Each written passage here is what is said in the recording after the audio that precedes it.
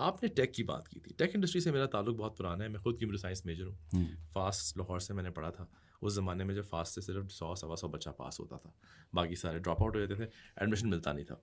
So we were the blue eyed boys and blue eyed girls of the industry. चुको रख लो, तो वो वाली अप्रोच थी।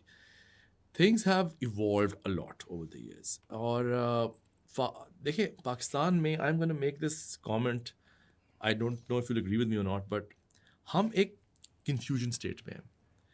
हमारी टेक इंडस्ट्री को we very inspired by the Indian model जो कि कामयाब है। द आउटसोर्सिंग बीओपी मॉडल जो है, बीपीओ मॉडल जो है इंडिया का, वो कामयाब है, उस पर कोई शक ही नहीं है। Game changing. हमसे वो भी अच्छी तरह नहीं हुआ। We missed that boat, right? We miss that boat, right. फिर स्टार्टअप आता है, दुनिया आती है, वो वेव आती है, हम सब उस पर चढ़ जाते हैं। मैं भी उसमें दौड़ता हुआ नजर आता हूँ, आपको घोड़े बैठा हुआ, चलो स्टार्टअप करते। हमसे वो भी ठीक तरह नहीं हो रहा। सो अगर मैं आपकी बात को डेप्थ से समझूं, तो आप कहना ये चाह रहे हैं कि where does the problem lie, you know. तो I think the problem lies in a few things. Number one, please, आपने मुझे माइक दिया हुआ तो मैं बोल रहा हूँ। मेरा ज़ाती ख्याल है, बिकॉज जब मैं किताब लिख रहा था अपनी, तो मैंने बहुत ज़्यादा सोशियोलॉजिकल स्टडी किया अपने मुल्क को, अपने लोगों को, 700-800 लोगों के इंटरव्यूज़ किए मुख्तलिफ डोमेन्स के।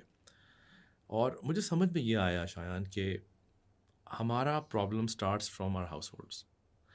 The way a grandparent is going to raise a parent who's going to raise you, and then you will raise your children.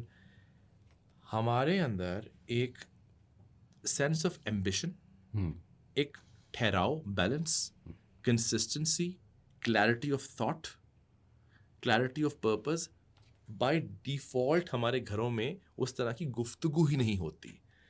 रोटी कमाओ, पहले पढ़ो, फिर रोज़ी रोटी कमाओ, शादी करो, बूढ़े हो जाओ, माँ बाप का ख्याल रखो, ज़िंदगी ख़त्म। There is no life beyond this.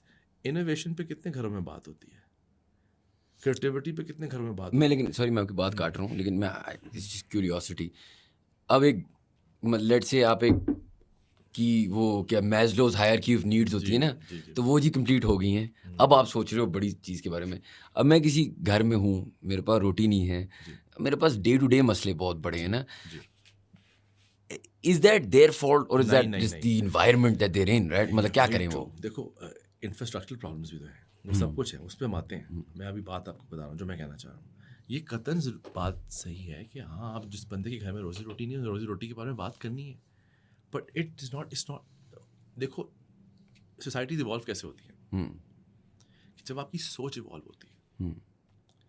लोग बहुत सारे पैसे कमा लेते हैं गाड़ियाँ बेच कर, लोग बहुत सारे पैसे कमा लेते हैं, ज़मीन का हिस्सा टूटा था वो DHA में आ गया, रातों रात बिजनेस हो गए। लाहौर में फेज़ 5 फेज़ 6 में बड़ी बड़ी कोठियाँ बना ली, गाड़ियाँ आ गई, स्पोर्ट्स कार्स आ गई, महंगी रैल्फ लॉरेन की पोलोस पहनना शुरू कर दी बेटों ने, बेटियों ने अच्छे वो मेकअप खरीदने शुरू कर दिए। हमारा तर्ज बदल गया, सोच बदली। देखें, असल चीज़ जो है ना, वो कहानी शायद हर बंदे की, मैं आपकी बातें सुन रहा था, you were talking about your career. The one thing I was mind mapping you while you were telling your stories. मैंने ये किया, ये चला, वो चल गया, ये चल गया, ये नहीं चला। What I was seeing was this consistent push to keep doing something that gives you a joy, because तुम्हें मजा है तुम करने का। दूसरा, buck, you want to make money, maybe you want to make a name for yourself at some stage. You want to create value. वो जो creating value वाली कीड़ा है ना, उसका यार पैसे से कोई ताल्लुक नहीं। You not the richest kid in Pakistan, you don't have different, right? You not the elitist of the elite. तो वो तो उनको ख्वाब देखना चाहिए ना कि एलिट क्या है, हाँ मुझे क्या जरूरत है पैसे को सोचने की, I have everything in my pocket, मैं लोगों की मदद कर देता हूँ। नहीं, ऐसा नहीं है। मैस्लोज हायरार्की ऑफ नीड्स के अंदर भी you have to keep flirting with those lines. अगर आप फूड, वाटर और सेफ्टी की बातें करें, तो आप ऊपर जाकर सेल्फ एक्चुअलाइज करके वापस भी आ सकते हैं। इट्स ए कॉन्स्टेंट एवोल्यूशन का प्रोसेस। टेक के पर्टिकुलरली फोकस, बिकॉज टेक के CEOs भी तो वही लोग हैं ना यार, जो इन घरों में पैदा हुए हैं। प्रॉब्लम इज कि we our household systems, our educational systems don't create people who can dream big, who are consistent. देखो, ड्रीमिंग बिग का अचार डालना है। अगर आप 2 बार धक्के खाने के बाद ये कह दो कि यार बस सुन बहुत होगी, कुछ और करने, जब कुछ और का हो गया तो फिर तो $1 बिलियन कंपनी तो नहीं बनेगी। कुछ और तक पहुंचने के लिए हमें एक जुगाड़ मिल गई कि VC मनी ले आओ तो बन जाएंगे।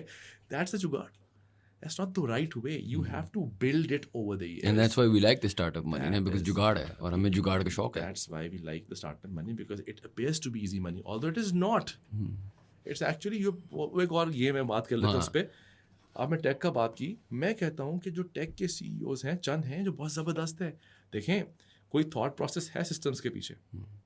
सिस्टम्स लिमिटेड एक एम्पायर है. हाँ, कंपेयर टू टाटा ग्रुप कुछ भी नहीं है. इन्फोसिस बहुत बड़ा जाइंट है. हमारे पास इन्फोसिस की बेबी भी एग्जिस्ट करती है यहाँ पे. ऐसा क्यों है? दो ही चीज़ें ना, एक उन लोगों की अपब्रिंगिंग, साथ में रहते हैं यार, हमारे बाजू में रहते हैं. एक उन लोगों का एजुकेशन सिस्टम. इन दोनों सिस्टम्स ने उनकी सोच को पुख्तगी दी है कि यार पैसे कमाने, आप कभी जाओ ना बाहर रहो या बाहर ट्रैवल तो करते होगे, आप कभी कंपेयर करना ज़रा एक पाकिस्तानी को इंडियन को. पाकिस्तानी बाहर जाके फ़ौरन महंगे कपड़े और गाड़ी खरीदेगा. इंडियन लिमिटेड रिसोर्सेज में रहेगा, वो एक एक आना गिनेगा, एक एक पाउंड गिनेगा, वो ओपेक्स पे स्पेंड नहीं करेगा, वो सेविंग्स करेगा और बाद में उसको इन्वेस्ट करेगा, या अपने अंदर या बच्चों के अंदर. एक थॉट प्रोसेस है to grow, economically driven thought process है, which is a clear depiction. अगर हम उनका GDP देख लें, हमारा देख लें, कोई कंपैरिजन ही नहीं रह गया. लेकिन हम जब टेक में होते हैं ना, तो हम फॉलो उनके मॉडल करते हैं. यार देखो उन्होंने बना लिया, हम भी बना लेंगे. This requires a way to think. अगर एक आपका CEO है जिसने कंपनी बनाई 500 लोगों की, अब वो 1000 पे जा रहा है, उसके पास क्या मेथडोलॉजी है उसको, उसका सक्सेशन प्लान की, कौन सी सेकंड लेयर बनेगी उसकी जो अगले 500 बनाएगी, फिर उसके बाद कौन सी लेयर बनेगी जो उसको एक ट्रांसनेशनल कंपनी बनाएगी, फिर मल्टीनेशनल कंपनी बनाएगी. हमारा जो सेट कल्चर है ना, सेट माइंडसेट कंट्रोल का, वो हमारे हर उस शख्स के अंदर बैठा हुआ है जिसके पास 4 पैसे हैं. कंट्रोल करो, किसी को दो मत. चाचा के बेटे को उठा दो, मामे के बेटे को उठा दो. कैपेबल है, रेलेवेंट है, नहीं इंपॉर्टेंट नहीं है, बंदा अपना है यार.